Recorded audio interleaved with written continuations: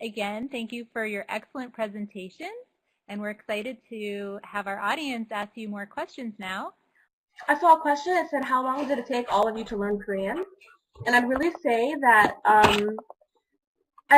when you say learn Korean, it's like a process. So we're all working on our skills, and we learn new things every day, especially in class and living with your host families. So a lot of us came here just knowing how to read Hangul. So I'd say by winter break, we felt more confident in our speaking abilities, and we definitely felt like we had progressed way more than from where we came when we first got here on the program. So it's really, learning Korean is just really a process, and we're all just working for it. And I don't think there's an actual point where we can say that we've learned Korean. So I was going to answer one of the questions in the chat box. It was from Ariel's mother about the tight squeeze in trains. And while a lot of the times there is, you're completely packed against other people during rush hour, it's very, everyone's kind of, they stick to themselves, and so you can just take out a book, or if you have room to take out a book, that is. But no one ever says, in America we usually say like excuse me or something. No one ever says that. They just kind of like put a hand on your back or kind of slide through. And while some people might find it rude at first, it's kind of useful because you don't always have to like turn around and be like, oh no, excuse me. So someone asked a question. Alexi and Lauren. About how Koreans react to beginners in the language, and this applies to all of us, especially when we first came, and still now actually as we're learning. Koreans tend to be pretty surprised and actually quite excited and supportive that we're learning Korean. I don't know if anyone else is going to talk, but I was just going to comment on what Alexi said. I feel like a lot of people, you know, what Alexi said, they're really surprised that a foreigner wants to learn their language, even though it's not a commonly spoken language.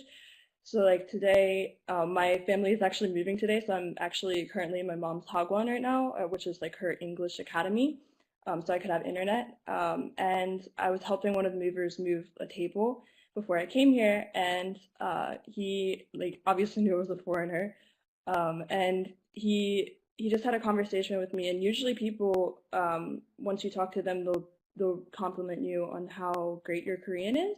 Even if you don't say a lot, you can just say a few words and they're so supportive, which I think is a really great thing, because it really boosts your confidence and it makes you want to learn the language more, so you can have a more fluent conversation with anyone. There was a question about whether you guys have any advice for a student who might be looking into the NSLI Korea program. I mean, I'm just going to comment.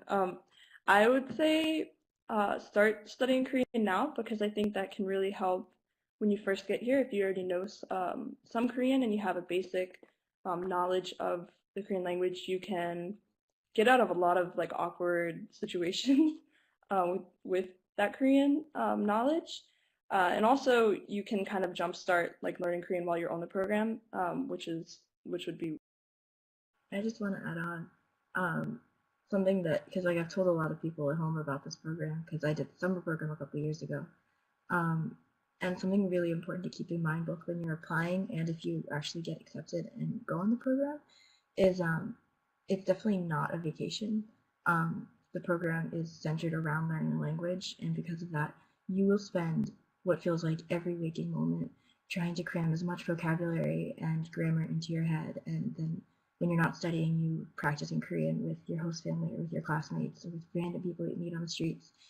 And literally with anything in life, you get out what you put in. So if you come into this program with the attitude of, hey, it's just like people are paying me to travel, this is awesome, then you're not going to get anything out of it, and your experience is not going to be the same as if you take it seriously and you actually put the effort in to learn the language and to pay attention in class and to do well on tests and everything like that. So yeah, that's just my 2 cents.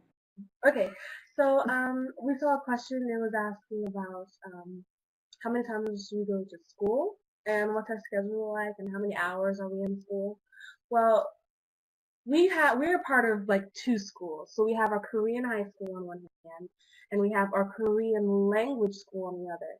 So if for our Korean high school, most of them, I'd say like the median time would be 8 o'clock that school starts.